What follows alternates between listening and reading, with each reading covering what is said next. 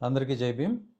మొన్న cockroach Janata party సాధించిన విజయాన్ని చూసి ఈ మధ్యన జనరల్ జనతా పార్టీ జీజేపీ అని ఒక కొత్త దుకాణం ఒకటి మొదలు పెట్టడానికి ప్రయత్నాలు జరుగుతున్నాయి. ముందుగా వీళ్ళకి చెప్పాల్సింది ఏంటంటే, ఈ జనరల్ జనతా పార్టీకి బాబాసాహెబ్ అంబేద్కర్ గారు ఇచ్చిన రాజ్యాంగంలోని స్వేచ్ఛ వల్లే మీరు ఈ రోజున ఈ జీజేపీ అనే దాన్ని ప్రారంభించుకుంటున్నారు. కాబట్టి ముందుగా అంబేద్కర్ గారికి మీరు ప్రణామాలు తెలియజేసి మీ కార్యక్రమాలు మొదలు పెట్టండి.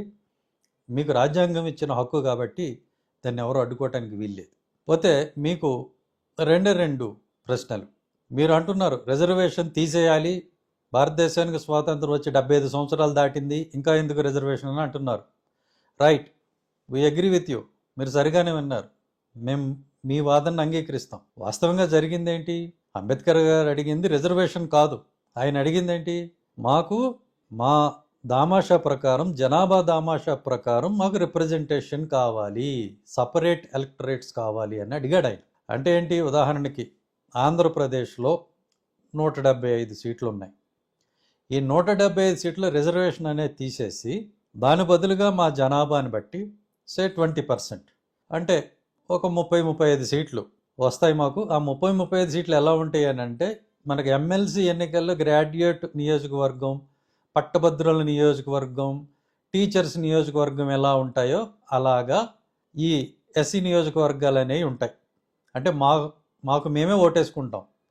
రైట్, ఈ 35 సీట్లలో కూడా మా ప్రతినిధుల్ని మేమే ఎన్నుకుంటాం. అదేవిధంగా పార్లమెంటుకి కూడా. ఇది ఆయన ప్రతిపాదించినటువంటి, సాధించినటువంటి package.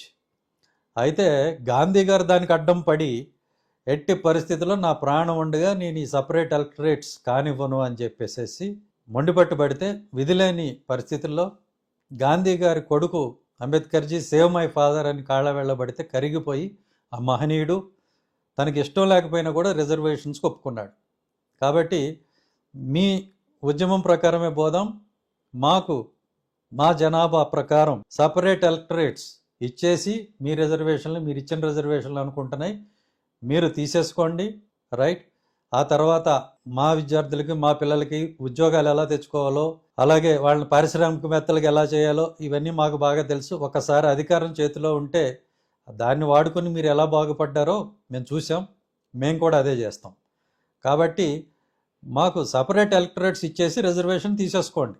Okay, take this challenge. Okay. Number 2, మీరు అంటున్నారు 75 సంవత్సరాలు దాటింది స్వాతంత్రం వచ్చి, ఇంకా కులం ఎక్కడుందని అంటున్నారు. ఓకే, దానిలో కూడా నేను చెప్పేది ఏంటంటే, మీలో ఎవరైతే షెడ్యూల్డ్ క్యాస్ట్ కులాలతో వియ్యం పొందారో, షెడ్యూల్డ్ క్యాస్ట్ కులాల నుంచి మీరు అయితే మీ కూతుర్ని వాళ్ళకి ఇవ్వటం కానీ, లేకపోతే మీ కోడల్ని అక్కడి నుంచి తెచ్చుకోవటం కానీ ఎవరైతే చేశారో వాళ్ళు ఆ షెడ్యూల్డ్ క్యాస్ట్ బంధువులతో సహా వచ్చి ధర్నాలో పాల్గొనండి. మేము కూడా వచ్చి మిమ్మల్ని అభినందిస్తాం. ఈ 2 షరతులు కనుక మీకు ఓకే అయితే, we're welcoming you, general Janata party. రండి చూద్దాం. ఓకే, జై భీమ్.